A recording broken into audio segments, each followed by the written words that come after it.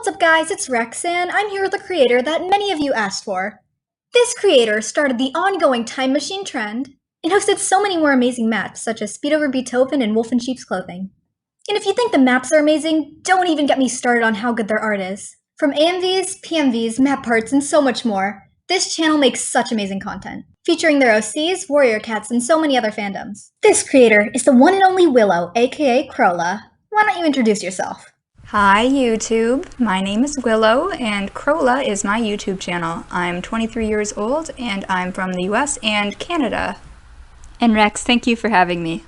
Hey, no worries. Many people, including myself, wanted to hear your interview, so thank you so much for coming on my channel. Alright, so my first question for you is, how did you get into the Warrior Cat series?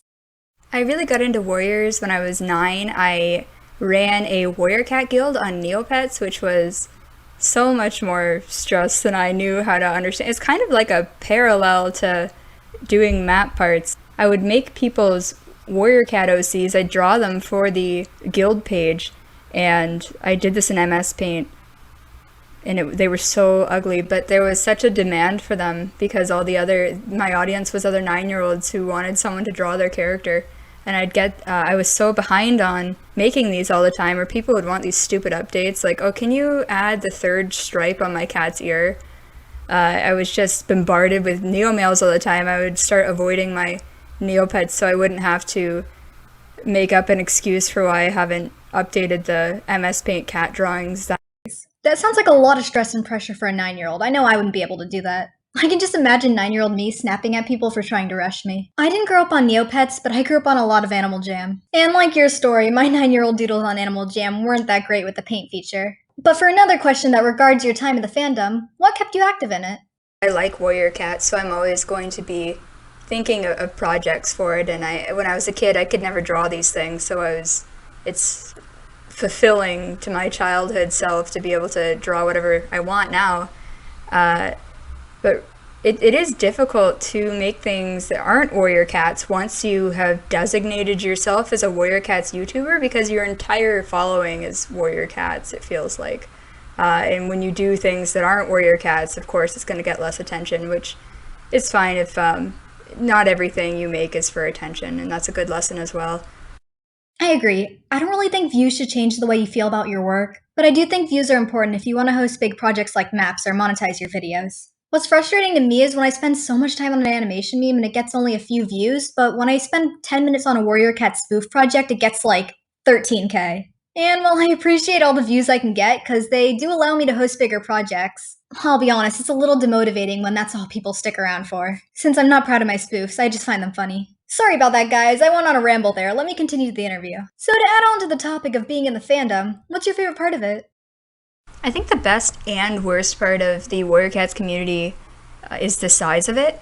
So it's really nice that anything you come up with, there will be people that will help you with it, and I really appreciate that. People have given me overly generous amounts of support for my own projects. The other side of the Warrior Cats community being so big and having been big for so long is that most characters already have projects about them, and sometimes you'll see, even with the same exact song or the same plots between different projects, which is great for new people who haven't gotten to animate Ashfur in the Fire yet, but it can be hard to think of something that you feel is worth making when it's already been made. I agree. And while I love your time machine map and thought it was a great idea, there's so many spin-offs. And while it's not a bad thing, I think some ideas of it have been overused too many times. The initial idea was great, and don't get me wrong, I love it, but the amount of times it's been reused is starting to get on my nerves. Since right now it's to the point where the themes are like, your good OC and your bad OC fight a different pair of good and bad OCs to change the Warrior Cats timeline. And in my opinion, they kind of strayed away from what was so fun and cool about the original idea. And while I love spin-offs, it kind of gets frustrating when the spin-offs have been done so many times to the point where it's just enough. However, I'm rambling once again. Who's your favorite character in the Warrior Cat series?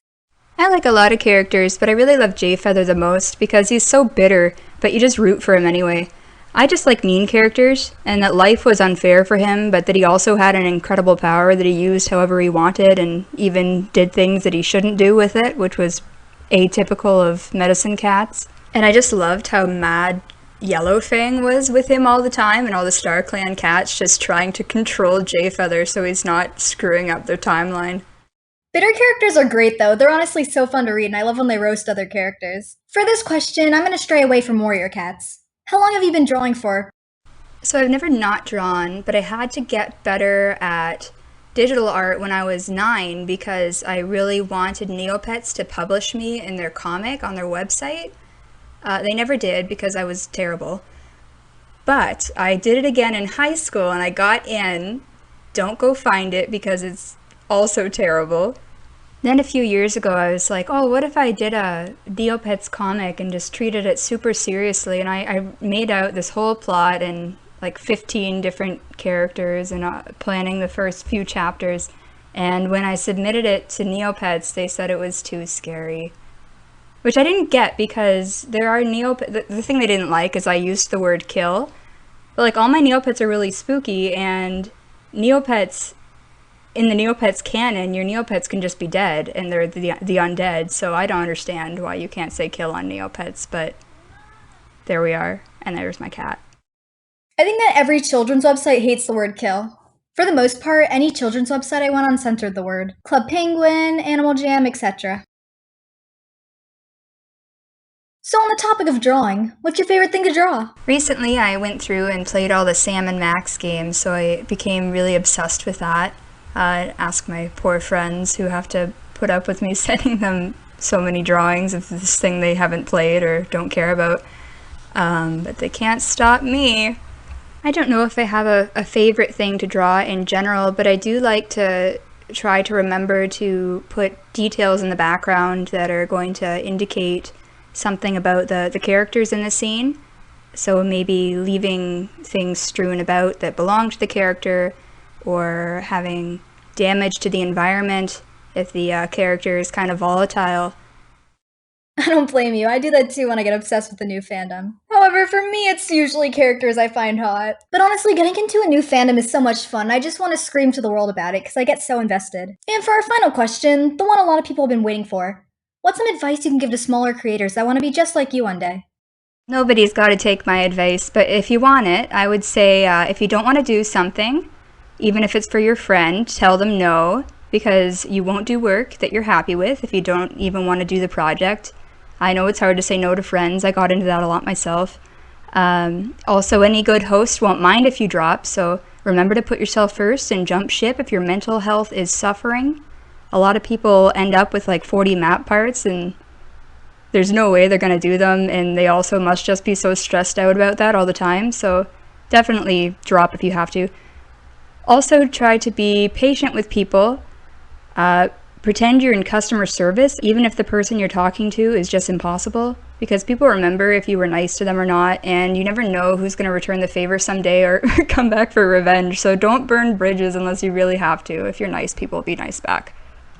And on that note, I'm gonna end it here because that was a good conclusion. Thank you guys so much for watching. Willow, you're an amazing guest, and I'm so excited to make more of these in the future. And like I say at the end of all my interviews and commentary videos, if you have any suggestions and feedback, please let me know in the comments down below, because it really does help, and if you watch any creators that you'd like to see featured on this, please let me know down below. However, this just about wraps it up, so thank you guys so much for watching, and have a nice rest of your day, or night, or afternoon, or morning anyways, okay, bye.